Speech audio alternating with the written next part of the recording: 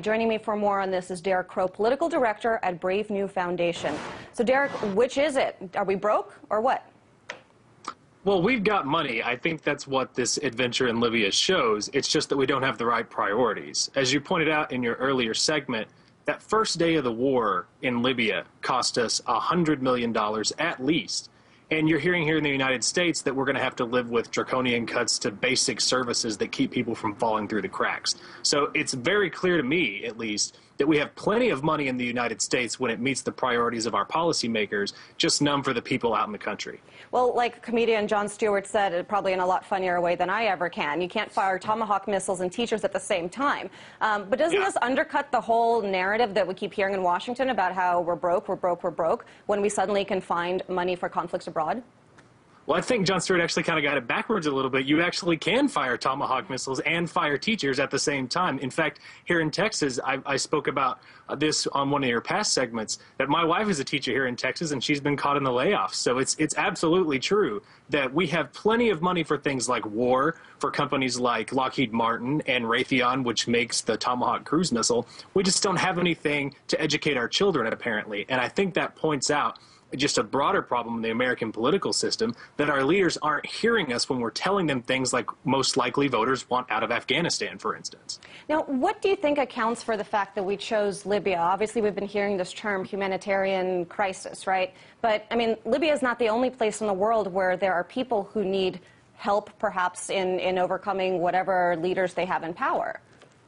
Absolutely. And, you know, I don't want to deny that there are folks who back a no-fly zone who have good intentions or are going in this in good faith. But I think if you look at the contrast between what we're doing in Libya and what we're not doing in places like Bahrain or Yemen or other places, it's very clear that the determinant here is whether there's a U.S. national security interest involved with oil prices and oil reserves. I mean, you just look at it and that's just got to be what it is. Senator Webb said as much in his recent interviews, that this has much more to do with where the oil is than where the humanitarian crises are. And Congressman John Markey said the same thing, but I have to ask, I mean, we keep hearing about this whole war for oil debate, and like I asked my previous guest, we heard the same exact justification in the build-up to the war in Iraq. What we've learned from the debacle in Iraq is that invading a country and using heavy air force and getting our troops on the ground, which thankfully we're not doing in Libya yet, doesn't necessarily mean that we're going to have access or cheaper oil somehow.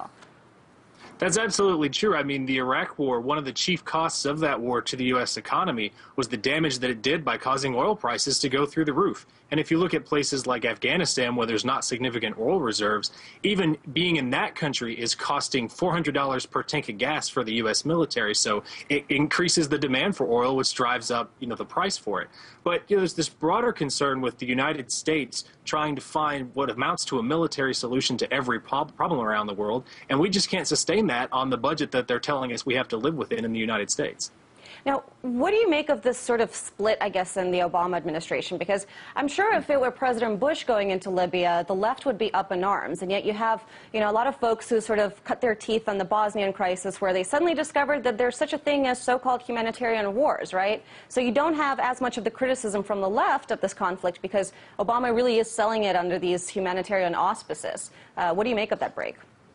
Well, I think that that's a problem in the way Americans think about bombs in general. I mean, we kind of think that our missiles help humanitarian situations. But, I mean, if you think about the Iraq war, we keep bringing it up. In the first 50 so-called precision strikes in the Iraq war, none of them hit their intended target. And I don't think that's something that we're thinking about when we're talking about helping with missiles. Those missiles are only as good as the intelligence that targets them, or the people that target them, or the people we're working with on the ground to locate those targets. And so this idea that you can drop a bomb in a place where there's a mix of civilian and military placements and not kill people that are innocent inside the conflict is just, it's a fantasy, and it's something that drives this warped view that Americans have about military force being something that can help rather than its basic function, which is to destroy the enemies of the United States. But why haven't we learned our lesson in Iraq? I mean, there's folks like yourself, there's you know, the organization that you represent. I mean, there's so many people out there trying to bring that message out on a daily level, and we still don't seem to have any sort of understanding of the lessons that we should have learned in those other conflicts. Well, I'd make 3 points in response to that. The first is that the American people are very cognizant of the disconnect between whether war helps. I mean, most Americans want us to cut military spending far before we cut things like Social Security and Medicare. The second is that, unfortunately, inside Washington, there's this bubble that's created that lionizes the use of military force as this quote-unquote greatest force for good in the world, end quote. And finally, there's a lot of money in making war. One of the most powerful lobbies inside Washington, D.C. is the defense contractor lobby, and those places have disseminated their manufactories and the places where they have people working on the weapons throughout every congressional district in the United States. So there's a lot of pressure on members of Congress to say yes to things that send money to companies that are making weapons in their district.